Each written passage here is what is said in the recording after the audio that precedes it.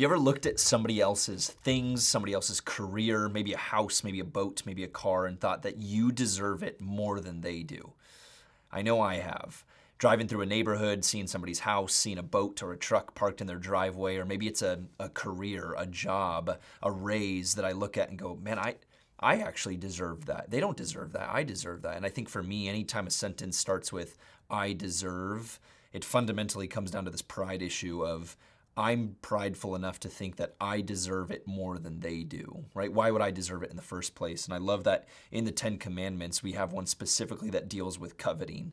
And I go all the way back to Christopher's Daily Dose last week that talked about God's heart behind the 10 Commandments going, if you really knew me, if you really loved me, you wouldn't, right? Like that's the heart behind the 10 Commandments. And when it talks about not coveting your friend's wife or not coveting the ox or the cattle, not coveting something of theirs, I think about a story in John chapter 21 where Peter's having a conversation with Jesus, right?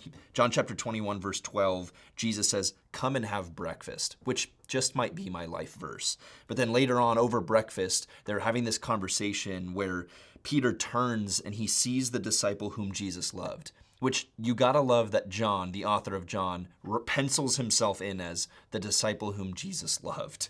And Peter turns and he sees John and he asks Jesus, Lord, what about him?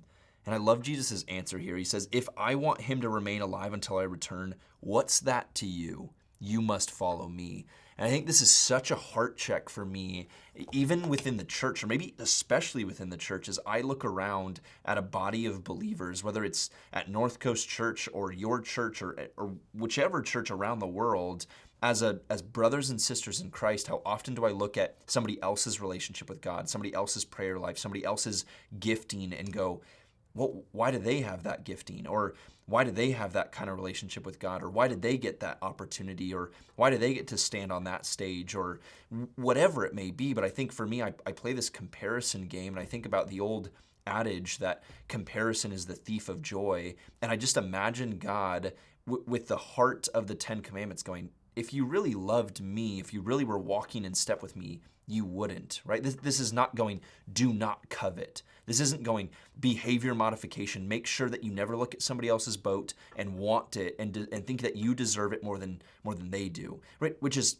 true fundamentally, but I think it's bigger than that. I think it's a heart check going, do you actually trust me?